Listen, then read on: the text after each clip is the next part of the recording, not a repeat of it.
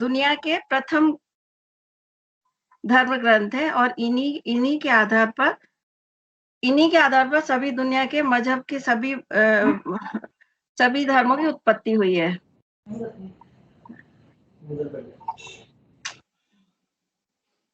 जी। और अलका जी? हाँ जी, हाँ जी। वेद ईश्वर द्वारा ऋषियों को सुनाए गए ज्ञान पर आधारित हैं, इसीलिए इन्हें श्रुति कहा जाता है। सामान्य भाषा में वेद का अर्थ होता है ज्ञान। वेद पुरातन ज्ञान विज्ञान का अथाह भंडार है। इसमें मानव की हर समस्या का समाधान है। वेदों में ब्रह्मा, देवता, ब्रह्मांड, ज्योतिष, गणित, रसायन, औषधि, प्रकृति, खगोल, भूगोल, धार्मिक नियम, इतिहास, रीति रिवाज आदि लगभग सभी विषयों से संबंधित ज्ञान भरा पड़ा है। शतपथ ब्राह्मण के श्लोक के अनुसार अग्नि, वायु, आदित्य और अंगिरा ने तपस्या की और ऋग्वेद, यजुर्वेद, सामवेद, अथर्ववेद को प्राप्त किया। प्रथम 3 वेदों को अग्नि, वायु, सूर्य से जोड़ा जाता है और संभवतः अथर्ववेद को अंगिरा से ऋषि मुनि जी ने उत्पन्न माना जाता है। एक ग्रंथ के अनुसार ब्रह्मा जी के मुख से वेदों की उत्पत्ति हुई है। वेद सबसे प्राचीनतम पुस्तक है, इसीलिए किसी भी व्यक्ति या स्थान का नाम वेदों पर रखा जाना स्वाभाविक है। जैसे आज भी रामायण, महाभारत इत्यादि से आए शब्दों से मनुष्य और स्थान आदि का नामांकन किया जाता है। इसके बाद में ये जो हमारा गुरुजी ने ग्रुप स्टार्ट किया उसके बारे में बताना चाहूंगी। ये नित्य कर्म पूजन पद्धति। कई बार ये होता है कि हम लोग को कोई ब्राह्मण नहीं मिल पाता जिससे, और या फिर ये होता है कभी बिजी होते हैं या कभी-कभी किसी की सामर्थ्य नहीं होती कि हम उस ब्राह्मण को दक्षिणा वगैरह दे पाए, और फिर कई बार ये है कि हम करते भी हैं तो हमसे कुछ त्रुटि हो जाती है। इस उसमें गुरुजी ने ये बहुत अच्छा ग्रुप बनाया है जिससे हम पूजा की सही विधि जान सकते हैं। और इसमें ज्यादातर एस्ट्रोलॉजर है, हम लोग कई बार कुछ उपाय भी बताते हैं, जो उपाय हम लोग अगर हम खुद अच्छे से कर पाएंगे, अच्छे से समझेंगे, तभी हम अपने जातक को बता पाएंगे कि यह कैसे करना है। इस उसमें गुरुजी हमारे शुरू से ही, मैंने इनसे बहुत कुछ सीखा। और गुरुजी, अगर कभी ऐसा हुआ कि मैंने कहा कि गुरुजी मुझे ये परेशानी है और आपको ये करना है और मैं कैसे आपको दक्षिणा दूं, तो वो कहते नहीं, आपका काम हो जाए आप दे दीजिएगा। मैं बहुत शंकर जी की भक्त हूँ और मैंने बहुत जगह अभिषेक करवाए, लेकिन गुरुजी जैसा अभिषेक करते हैं वैसे जो उनकी विधि है शायद वो कोई नहीं कर सकता। और गुरुजी का ये भी है कि वो बहुत छोटे से अपने गुरु के साथ लगे हुए हैं और उनका जो पूजन करने का जो कर्मकांड का तरीका है, मैंने अपने जीवन में शायद किसी को इतनी अच्छी तरह से पूजन करते नहीं देखा। मैं बहुत भाग्यशाली हूँ कि मुझे गुरुजी जैसे गुरु मिले और मैंने उनसे बहुत कुछ सीखा है। और इसीलिए मैं सबसे चाहूंगी आप लोग भी इस ग्रुप से जुड़िए और गुरुजी से जो, और इसके कोई निःशुल्क कर रहे हैं जबकि गुरुजी इतने बिजी रहते हैं, उसके बाद भी वो अपना समय निकाल के हमें दे रहे हैं। हम लोगों को ये चाहिए कि हम उसका सदुपयोग करें। जय गणपति की गुरुजी। जय गणपति जी। गीता जी, आपने प्रस्तावना रखी। इस प्रस्तावना के अंतर्गत जैसा कि हम पूजन पद्धति, स्तोत्र पाठ आदि का निम्नलिखित कोर्स प्रारंभ कर रहे हैं जिससे कि सभी को विषय की सरलता आ जाए, यानी सरल रूप में हम विषय को सभी लोग समझ सकें। तो आज माँ सरस्वती का दिन है, बसंत पंचमी है, तो क्यों ना आज हम सभी यहाँ पर जो चारों वेद हैं उनका पूजन करेंगे और माँ सरस्वती का पूजन करेंगे। तो आइए हम सब लोग यहाँ आकर के सरस्वती माँ का पूजन करते हैं, सभी लोग इसमें सहभागी रहेंगे। ओम श्रीमन्महागणाधिपतये नमः। ओम अपवित्रः पवित्रो वा सर्वावस्थांगतोऽपि वा यास्परि पुंडरीकाक्षं समाह्याभ्यन्तरशुचिः सर्वं सुचिरस्तु पुंडरीकाक्षप्रादु पुंडरीकाक्षाय नमः। आचम्य प्राणानायम्य ओम केशवाय नमः। ओम नारायणाय नमः। ओम माधवाय नमः। हस्त प्रक्षालनम गोविंदाय नमः। विष्णवे नमः। हरे नमः। श्री कृष्ण परब्रह्म परमात्मने नमः। प्राणायामः धृततिलकः। विनायकं गुरुं भानुं ब्रह्म विष्णु महेश्वरान् सरस्वतीं प्रणम्यादौ सर्वकार्यार्थसिद्धये। संकल्पः। अब हम संकल्प लेंगे। ओम श्री विष्णु विष्णु विष्णु श्रीमद्भगवतो महापुरुषस्य विष्णुराज्ञा प्रवर्तमानस्य श्री ब्रह्मणोन्मे द्वितीय प्रार्थे श्री सेनवारः कल्पे वैवस्वत् अष्टाविंशतितमे कलियुगे कल्पप्रथमचरणे जम्बूद्वीपे भरतखण्डे भारतवर्षे मध्यप्रदेशे ग्वालियर मंडलांतर्गतो अस्मिन् स्थले बौद्धावतारे यथा नाम संवत्सरे सप्तसप्ततिः उत्तरद्विसहस्रतमे वर्षे रवि उत्तरायणे शिशिर ऋतौ महामाङ्गल्यप्रदमासानां मासोत्तमे मासे पुण्यपवित्रे मासे माघमासे शुभे शुक्लपक्षे रेवती नक्षत्रे मीनराशि स्थिते श्रीचन्द्रे यथायथं नक्षत्र योग कर्ण लग्न मुहूर्त वर्तमाने एवं ग्रह गुणगण विशेषण विशिष्टायां शुभ पुण्य तिथौ अमुकामुकपुत्राः अमुकामुकनामाहं। जो लोग भी सब वेद पूजन में शामिल है अपना नाम गोत्र स्मरण करें। भवात्मनः स्तुति स्मृति पुराणोक्त फल प्राप्त्यर्थं संकल्पित मनोभीष्ट कामना सिद्ध्यर्थं मां सरस्वती गणपति कृपा प्राप्त्यर्थम वेद पूजनम अहम करिष्ये। अब हम वेद पूजन करेंगे। उसके लिए सबसे पहले भगवान की स्मरण करेंगे। हरि ओम गणानान्त्वा गणपतिगुं हवामहे प्रियमनान्त्वा प्रियपतिगुं हवामहे निधीनान्त्वा निधिपतिगुं हवामहे वसो मम आहमजानीर्वधमा त्वमजासीर्वधम् ॐ अम्बे अम्बे जम्बालिके नमः नयति कशन ससत स्वकः सुभद्रिकां कां कीलवास गणेशाभ्याम संगाभ्याम सपरिवाराभ्याम सायलाभ्याम सुरभिकाभ्याम सवाहनाभ्याम आवायामि ध्यायामि ध्यानार्थे आसनार्थे अक्षत पुष्पाणि समर्पयामि पूजयामि पूजनार्थे जलं समर्पयामि पादयोः पाद्यं जलं समर्पयामि हस्तयोः अर्घ्यं जलं समर्पयामि मुखे आचमनीयं जलं समर्पयामि सर्वांगे स्नानि जलं समर्पयामि जलस्नानान्ते पंचामृतस्नानं समर्पयामि पंचारभ्यः सरस्वती मापयन्ति सत्रोतरः सरस्वती तु पंचरासो देशे भवसरिता पंचामृतस्नानान्ते शुद्धोदकस्नानं समर्पयामि वस्त्रं समर्पयामि सुजातो ज्योतिषा सहस्रमवरुधमा सरस्वः वासो अग्ने विश्वरूपकं स्वविभावसो वस्त्रं समर्पयामि गन्धं समर्पयामि अक्षतान् समर्पयामि पुष्पाणि समर्पयामि गन्धाक्षत पुष्पैः अचरपूर्वकं हरिकारार्थे शृङ्गारार्थे हरिद्राकुङ्कुमं समर्पयामि ॐ देवप्राध्वनिषु घनासो वातप्रमियः पतयन्ति जौवाः वेदस्य धारा अरुगो नवाजी काष्ठाभिन्नोर्विन्वमानः हरिद्राद्रव्यं सौभाग्यद्रव्यं समर्पयामि दूर्वानुग्रह समर्पयामि काण्डात् काण्डात् प्ररोहन्ति परुगः परुगत्वरी देवानो दूर्वे सहस्रेण सतेन च दूर्वानुग्रह समर्पयामि पुष्पमालां समर्पयामि सुगन्धिद्रव्यं ॐ त्र्यम्बकं यजामहे सुगन्धिं पुष्टिवर्धनम् उर्वारुकमिव वन्दनान् मृत्योर्मुक्षीयमामृतात् सुगन्धिद्रव्यं समर्पयामि धूपमाग्रापयामि दीपं दर्शयामि नैवेद्यं वनो निधायो नाभ्या आसीदन्तरिक्षगुं कृष्णोद्यौः समावर्तत पद्म्यां भूमिर्दिशाः श्रोत्रा तथा लोकान् कल्पयन् नैवेद्यान्ते जलार्घ्यं समर्पयामि फलं समर्पयामि मुखशुद्ध्यर्थं वेलालोकादिताम्बूलं समर्पयामि केशोपचारार्थे नमस्करोमि। गणेश गौरी की प्रार्थना करेंगे।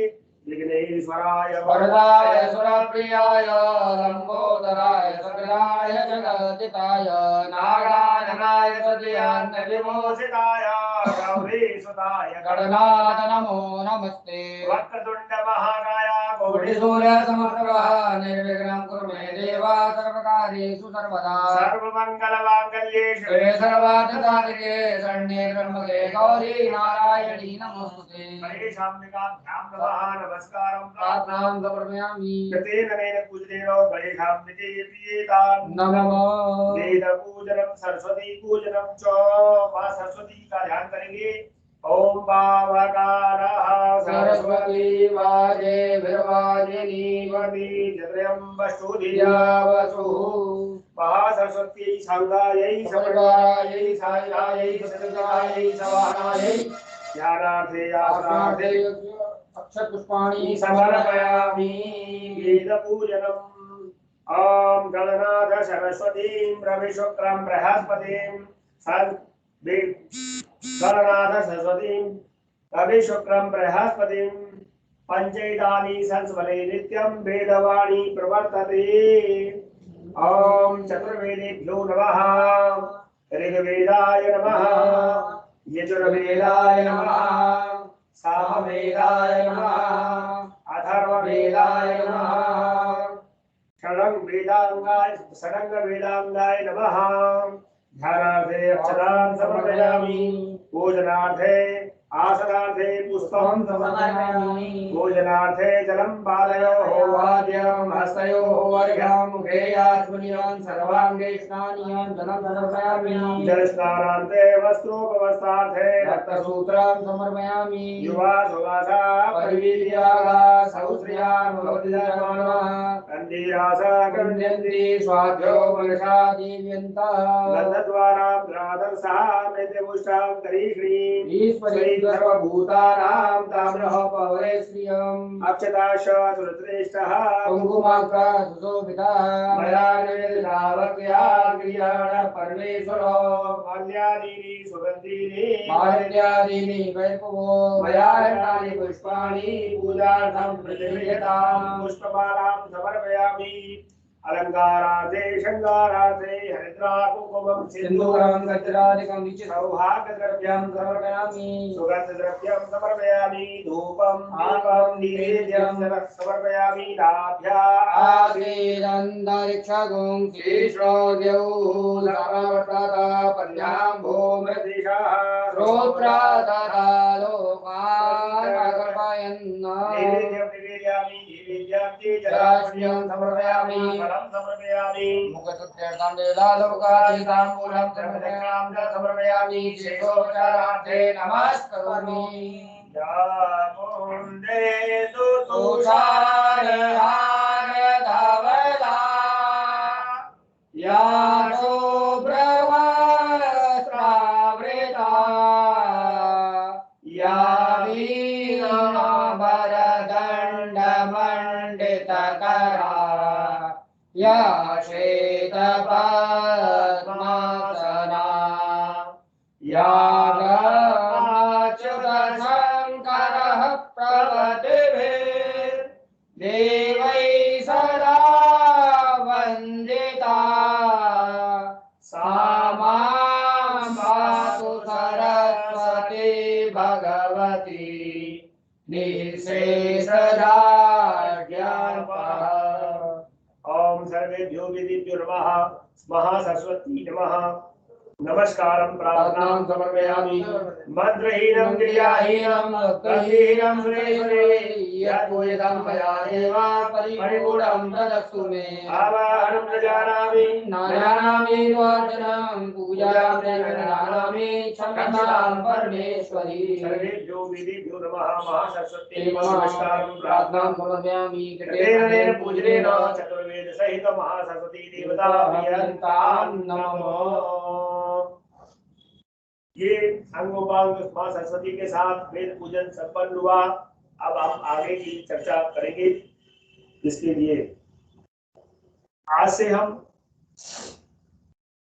नित्य कर्म पूजन पद्धति के अंतर्गत वेद पूजन करते हुए मां सरस्वती का आशीर्वाद प्राप्त किए हैं। जैसा कि मैंने आप सभी से कहा कि प्रति गुरुवार प्रातःकालीन सत्र में हम वेद नित्य कर्म पूजा पद्धति पाठ्यक्रम प्रारंभ करने जा रहे थे। इसको प्रातःकाल करने का उद्देश्य यह है कि जब भी कोई मंत्र पाठ आदि किया जाए तो मंत्र पाठ आदि करने से पूर्व हम स्नान आदि करके करें सबसे पहले, और दूसरा संभव हो तो हम बिना कुछ खाए करें। लेकिन शास्त्रों में ये लिखा हुआ है, निराहारौ वृताहारौ तन मनस्कौ समाहितौ। जिसके लिए जैसी सामर्थ्य होती है उसे वैसा करना चाहिए। अगर कोई बाल और वृद्ध और रोगी 3 लोगों के लिए नियम की आवश्यकता नहीं होती। जो छोटे बच्चे हैं जिनके लिए दवा, जिनके लिए आहार जरूरी है, और जो बालक और वृद्ध लोग हैं जिनके लिए दवा लेने से पूर्व कुछ बिस्किट आदि खाना जरूरी है, और जो रोगी है जिनके लिए आहार जरूरी है, उन सभी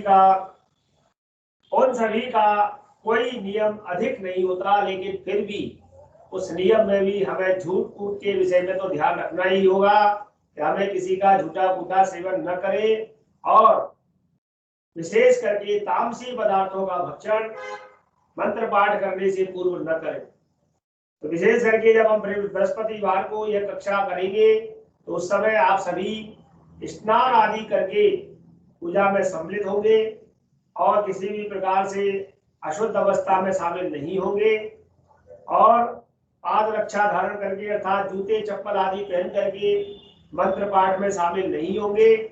और जो लोग अस्वस्थ है या वृद्ध है उन लोगों को छोड़कर बाकी सभी प्रयत्न करेंगे कि प्रातः काल में कुछ अन्य आदि भक्षण न करें तो अच्छा रहेगा। इसके अलावा अगर करना पड़ता है तो तामसी भोजन जैसे कि लहसुन, प्याज और मांस आदि के भक्षण से पूर्ण रूप से बचना आवश्यक होगा।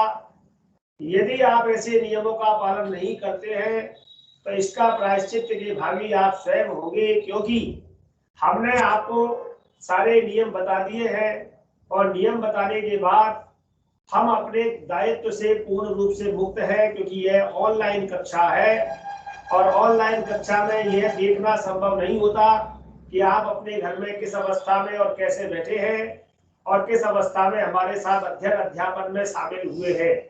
तो इसके अपराध के भागी आप स्वयं होंगे, क्योंकि हमने आपको यदि नहीं बताया होता तो हम भागी होते। अतः मैं आप सभी से फिर से निवेदन, आग्रह, प्रार्थना सभी कुछ करूंगा कि आप सभी नियमबद्ध होकर के इस कार्य को सीखें। इसके अंतर्गत हम सबसे पहले आपको पूजन प्रारंभ कैसे करना चाहिए, आसन कैसे लगाना चाहिए, जितासनो जितसंगो जितेंद्रिया जितश्वासो, इस पर आचमन प्राणायाम आदि की विधि बताएंगे, और पीडीएफ फॉन्ट में आपको पीपीटी के माध्यम से आपको मंत्र आदि भी शेयर करेंगे जो आपको बोलना सिखाएंगे, और उनको आप बोलेंगे और आपको इतना अभ्यास कराएंगे कि वो आपको सरलीकरण हो जाए। प्लस आपको ये बताएंगे कि वह पहले क्या करना है और उसके बाद क्या करना है, कौन से देवता की पूजा पहले होगी और बाद में कौन से देवता की होगी, किस देवता पर क्या चढ़ाना है और किस देवता पर क्या नहीं चढ़ाना है, कौन से काल में कौन सी पूजा करनी है। नित्य कर्म पूजा पद्धति के अंतर्गत मंत्रों को सरल करते हुए, विशेष करके पुराण मंत्रों को अनुष्टुप छंदों के अनुसार सरल रीति से आपको बताने का हम यहाँ जय गणपति ज्योतिष संस्थान आईकास चैप्टर ग्वालियर के माध्यम से प्रयत्न करेंगे। जय गणपति की। हमारे संस्था के faculty member doctor Ravindra Pathak ji हमारे साथ जुड़ चुके हैं। डॉक्टर रविंद्र पाठक जी, मैं चाहूंगा कि आप अपना कैमरा ऑन करें। डॉक्टर रविंद्र पाठक जी। जी सर, नमस्कार। नमस्कार सर। जुड़े हुए हैं और हमारे यहाँ फैकल्टी के रूप में है, और गीता आदि पर इनका पीएचडी चल रहा है मैनेजमेंट पर। मैं कहूँगा कि आज वेद पूजन के उस कार्यक्रम में आप अपने द्वारा हमारे सभी विद्यार्थियों को वेद के महत्व पर अपना मार्गदर्शन दें। जय गणपति की। श्री पाठक जी। जय गणपति की सर। जय गणपति की सर। जय गणपति। जय गणपति की। सर्वप्रथम आप सभी को मेरा हार्दिक नमस्कार, अभिनंदन, वंदन। वाकई में गुरुजी ने बहुत अच्छा प्रयास किया है कि हम लोग ज्योतिष का अध्ययन करते हैं, उसके साथ हमें वैदिक नियमों का ज्ञान होना परम आवश्यक है, क्योंकि ज्योतिष वेद का ही अंग है और वेद से ही उसका प्रादुर्भाव हुआ है। तो यद्यपि मैं वेद पाठी तो नहीं हूं, लेकिन चूंकि गुरुजी का आदेश हुआ है और जैसा वेद के महत्व को बतलाने के लिए कहा गया है, तो मैं उसमें जो भी मैंने भगवत गीता के माध्यम से जाना है उसको संक्षिप्त में बतलाने का प्रयत्न करूंगा। सर्वप्रथम अगर हम देखते हैं तो जो वेद हैं, वेद का प्रादुर्भाव कहाँ से हुआ है हम ये जाने तो वेद अपौरुषे कहे गए हैं, मतलब किसी व्यक्ति ने वेद को नहीं बनाया है। वेद जो है परमात्मा के श्वास प्रश्वास के द्वारा प्रादुर्भावित हैं, उनसे उनका उत्पत्ति मानी गई है। तो एक तो अपौरुषे है पहली बात। इसलिए जो हमारी वैदिक सनातन संस्कृति है वो इतने आघात हुए, इतने हमले हुए, इतना कठिनाइयां आई, उसके बाद भी आज तक अक्षुण्ण बनी हुई है। इसका कारण क्या है? इसके पीछे ये है कि ये अपौरुष हैं। विश्व की अगर हम अन्य संस्कृतियों को देखें, उनसे तुलना करें, तो आप देखेंगे कि अन्य संस्कृतियां मानव निर्मित, मानव प्रतिपादित हैं, तो उनमें कहीं ना कहीं त्रुटि संभव है। इसी क्रम में अगर मैं आगे कहता हूं तो मुझे बिल्कुल कहते हुए अतिशोक्ति नहीं लगती कि जो भारतीय संस्कृति का जो मूल आधार है, आधार स्तंभ है, वो वेद हैं। भारतीय संस्कृति जो है वो वैदिक संस्कृति है, वेद आधारित संस्कृति है। और यदि मैं इसके आगे कहूं तो पूरी ब्रह्मांड की चेतना का, अखिल सृष्टि की चेतना का जो आधार स्तंभ है या जो अमूल्य निधि है, वो हमारा वैदिक ज्ञान है। हमें आज जो आधुनिक शिक्षा हम ले रहे हैं उसके माध्यम से ये बहुत बड़ी साजिश कही जाएगी या बहुत बड़ा ये कुठाराघात हुआ हमारे भारतीय संस्कृति के ऊपर कि हमें मैकाले शिक्षा पद्धति में आना पड़ा और हमारी गुरु शिष्य परंपरा को तोड़ दिया। क्योंकि हम अगर वैदिक संस्कृति को अगर आज जानते, आप देखिए भारत विश्व गुरु कहा गया और आज भी कह रहे हैं भारत विश्व गुरु है, तो विश्व गुरु कब था? जब लोग वहां कपड़ा पहनना नहीं जानते थे और भारतीय संस्कृति उससे बहुत आगे उन्नत और विकसित थी। आज आधुनिक विज्ञान के जितने सिद्धांत हम देखते हैं, सब के सारे सिद्धांत हमें कहाँ दिखते हैं? हमारे वेदों में दिए हैं। और चूंकि समस्या क्या है, आज की नई पीढ़ी उन सिद्धांतों से अनभिज्ञ है, जानती नहीं है कि हम किस वैदिक संस्कृति के वाहक हैं, किस संस्कृति के अंदर हमने जन्म लिया है, उसके विषय में हम जानते ही नहीं है, तो उसके महत्व को हम स्वीकार नहीं कर पाते। यदि कोई बात कोई पाश्चात्य विद्वान कहता है तो हम कहते हैं बहुत बढ़िया, बिल्कुल सत्य है। यदि हमारा कोई अगर वैदिक ज्ञानी कोई बात कह दे तो हम उसमें इफ और बट लगाते हैं। क्यों? हर चीज को हम तर्क पे देखते हैं। तर्क पे देखना अच्छी बात है, लेकिन कुछ चीजों में तर्क के साथ श्रद्धा और विश्वास होना भी जरूरी है। जैसे आज तक हमने कभी ये नहीं पता किया, हमारे विज्ञान के सिद्धांत आ गए, डीएनए टेस्ट हम करा सकते हैं जिससे माता पिता कौन है ये पता चल सकता है किसी बालक का। क्या हमने अपने माता पिता का डीएनए टेस्ट कराने के बारे में सोचा कभी कि हम जाने? ये तर्क हो गया। यदि तो आधुनिक विज्ञान हमें तर्क सिखाता है, श्रद्धा नहीं सिखाता। भारतीय संस्कृति हमें तर्क के साथ श्रद्धा सिखाती है। तो वो श्रद्धा आज की आधुनिक शिक्षा में कमी है, जिसके कारण हम नहीं जान पा रहे। ऐसे देखा गया, कहा जाए तो भगवान ने क्या कहा? वेदों में कहा गया है, सर्वम विदुर्वेद विदो वेदे सर्वम प्रतिष्ठम वेदे ही निष्ठा सर्वस्य यद यदस्ति च नास्ति च। मतलब ये महाभारत के शांति पर्व में बड़ी अच्छी बात कही गई कि वेद जो है परमेश्वर के द्वारा उत्पन्न किए गए हैं और धर्म भक्ति आदि की जितनी भी प्रवृत्तियां हैं वो वेद से ही सिद्ध होती हैं। वेदो नारायण साक्षात स्वयं भूरिति शुश्रुमः, मतलब साक्षात नारायण जो है इस सृष्टि के जो उत्पत्ति करता है, सृष्टि करता है, वो वेद है। तो यदि हम देखें वेद में ऐसा कौन सा मानव धर्म है जो ना बतलाया हो, ऐसा कौन सा विषय है जो वेद में ना बतलाया हो? धर्म के साथ अध्यात्म, मर्यादा, ज्ञान, विज्ञान, हमारा शिल्प, आपका गायन, जो भी, चाहे हम आधुनिक विज्ञान की बात करें, सारे सिद्धांत वेद में प्रतिपादित हैं, वेद में दिए हुए हैं। इसीलिए हमारे जो 4 मुख्य वेद हैं सभी जानते हैं, जो कि शुरुआत में तो एक ही वेद था, फिर महर्षि वेदव्यास जी ने देखा कलयुग आ रहा है, कलयुग में लोगों की बुद्धि, उनकी क्षमता, शारीरिक व मानसिक और समय सब अल्प होता जाएगा, तो उन्होंने इसके 4 भाग कर दिए। जैसे हमने ऋग, यजुर, साम और अथर्ववेद के रूप में देखा इनके फिर 4 उपवेद हुए हैं, आयुर्वेद, धनुर्वेद, स्थापत्य वेद जिसे हम वास्तुशास्त्र के रूप में लेते हैं, और गांधर्व वेद, गांधर्व में गायन वगैरह सभी चीजें आती हैं, धनुर्वेद में शास्त्र आदि का। हमारी संस्कृति कितनी समृद्ध है, हमें हर तरीके से शस्त्र भी सिखाती है, शास्त्र भी सिखाती है, गायन भी सिखाती है, कौशल भी सिखाती है। इसलिए और आज हम क्या कह रहे हैं कि हम यही कह रहे हैं स्किल डेवलपमेंट, स्किल डेवलपमेंट। हमारे यहाँ तो शुरू से था ये स्किल डेवलपमेंट। तो इसीलिए वेद को क्या कहे, वेदोखिलम धर्म मूलम, धर्म का मूल ही वेद है। और वेद के साथ जब हम आगे बढ़े तो पंचम वेद किसे कहा गया, इतिहास पुराण आदि उपनिषद ये सब पंचम वेद में आते हैं। उपनिषद वेदों का ही सार है और इन सबका सार भगवत गीता है। तो मैंने इस तरीके से वेदों को जानना प्रारंभ किया, क्योंकि वेद पाठी है नहीं, तो ये गुरुजी ने बहुत अच्छा प्रयास किया है। मेरा यही मानना है, ये हमको एक कहना चाहिए अद्वितीय क्षण मिला है, अद्वितीय मौका मिला है, अवसर मिला है कि हमें वैदिक ज्ञान जानना चाहिए। और वैदिक ज्ञान बिना गुरु शिष्य परंपरा के नहीं आएगा, क्योंकि वेद उस भाषा में लिखे गए हैं जिससे उसके अधिकारी को ही उसका ज्ञान मिले। और पहले ये हमारे श्रुति और स्मृति पर आधारित है, पुरानी शिक्षा पद्धति जो थी हमारी, ये लेखन तो बाद में आया। तो इसलिए जो शब्द ऐसे लिखे गए जिससे उसका जो अनधिकारी व्यक्ति है, जो उसके योग्य नहीं है, वो उसका मूल अर्थ ना समझ पाए। मूल अर्थ तो गुरु ही बताता है। आप शब्द का शब्दार्थ निकाल सकते हैं, भावार्थ नहीं, भावार्थ तो गुरु सिखाता है। तो भावार्थ जानने के लिए हमें गुरु शिष्य परंपरा में आना होगा, इस वैदिक ज्ञान को। दूसरा, आप में से अधिकांश लोग ज्योतिष से जुड़े हुए हैं, ज्योतिष का सही मर्म बिना वैदिक ज्ञान के जानना संभव ही नहीं है। तो हम इतनी अच्छी विद्या को सीख रहे हैं, तो जो आपका वेद है, वेद का ही जो पार्ट है या हिस्सा है, जो भाग है, वो ज्योतिष है।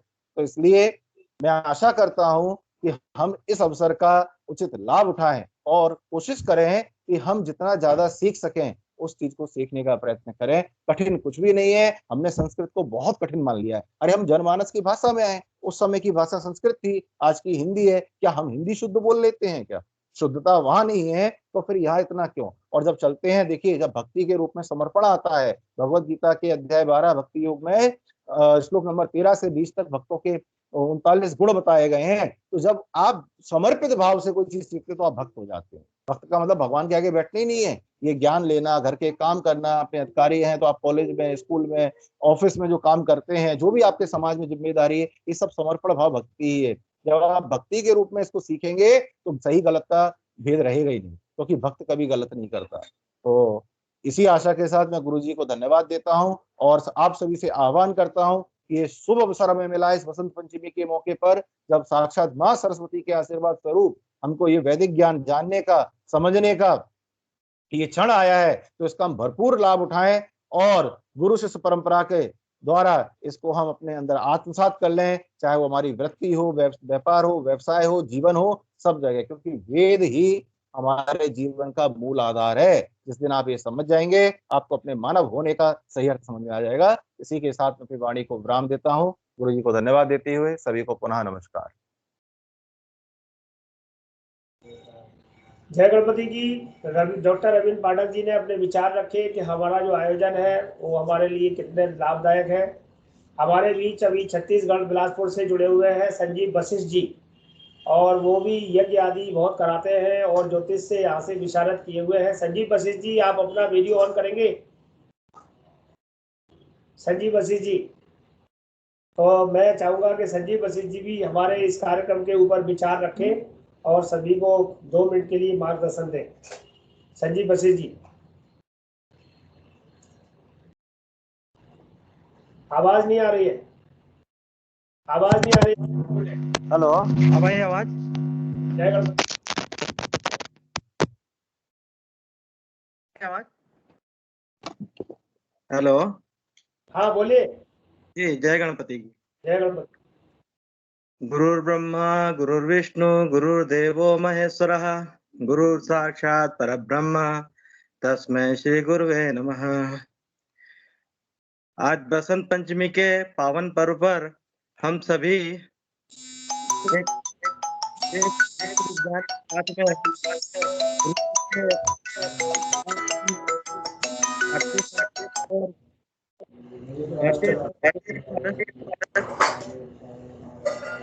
जानेंगे।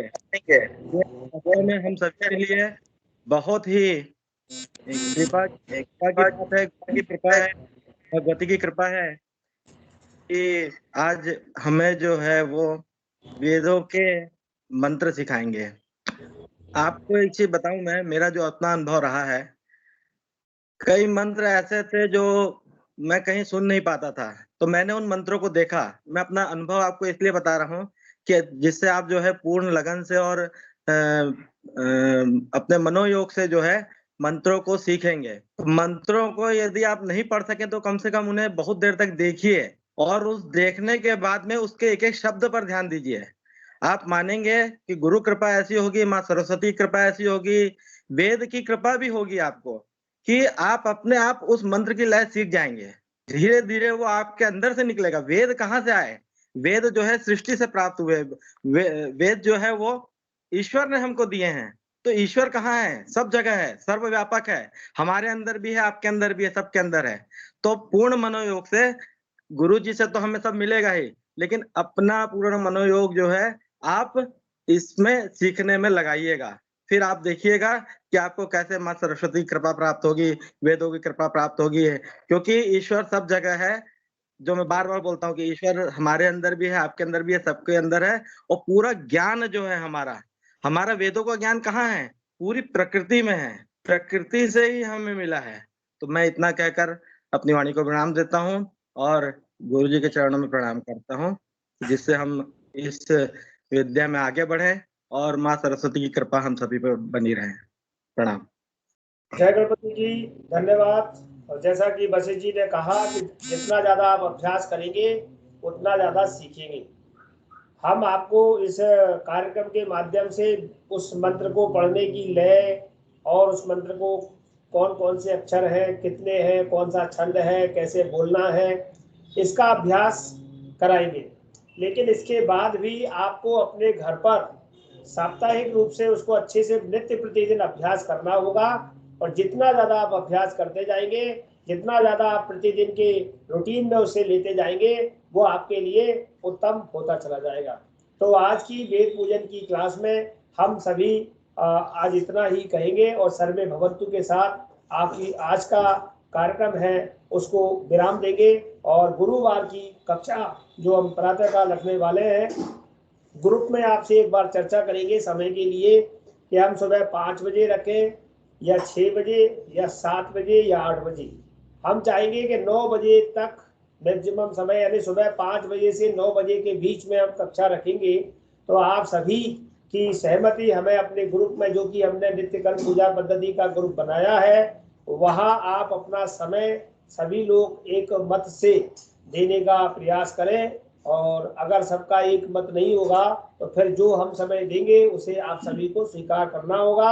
लेकिन हम प्रातः 5 बजे से 9 बजे के बीच में ही इस सत्र को रखना चाहेंगे प्रति गुरुवार। तो आइए सर्वे भवन्तु के साथ कार्यक्रम को यहाँ पर विश्राम देते हैं। सर्वे भवन्तु सुखिनः, सर्वे सन्तु निरामयाः, सर्वे पश्यन्तु मा कश्चित् दुःखं भवेत्।